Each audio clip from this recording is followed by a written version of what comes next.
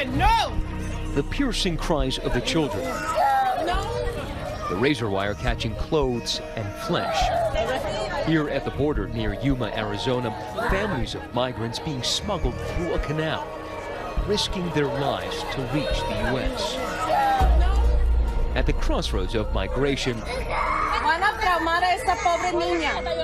life-changing decisions made in mere seconds.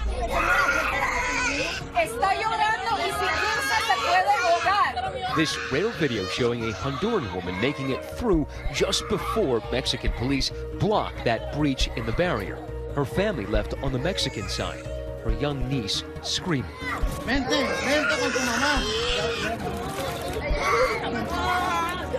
the chaos, Customs and Border Patrol agents ordering her family not to follow. In that agonizing moment, this asylum seeker pauses, collects herself, and climbs to the bank to the U.S.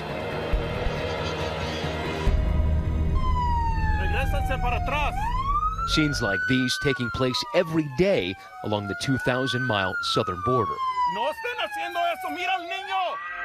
And with the deadly summer heat only weeks away, cities like El Paso are seeing a surge of migrants, pushing border resources, authorities say, to the brink. Families exposed to the elements in makeshift encampments, waiting for their cases to be processed. Then this extraordinary declaration from the president last Friday. I will close the border if Mexico doesn't get with it. This threat to close legal points of entry, the latest in the immigration controversy, critics warning it could actually have the opposite effect. Closing the border will do little to prevent illegal drugs or illegal immigrants from entering the United States. We simply will displace it and possibly put more strain on Border Patrol officers who patrol the areas between the ports of entry. With the president planning to head to the border this week, the nation now waits, leaving unanswered questions for all those whose lives depend on the crossings, from asylum seekers fleeing violence and poverty to others who make a living on the flow of trade.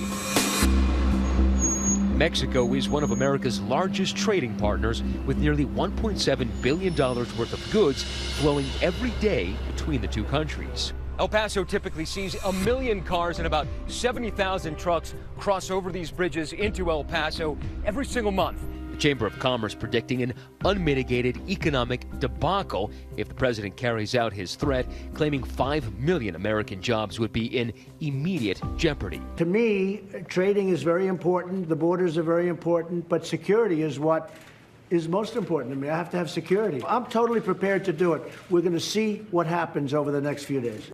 Here in El Paso, the city's Republican mayor is sounding the alarm.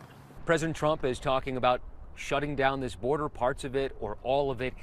Is this something that you wanted? Take that as a no. Heck no.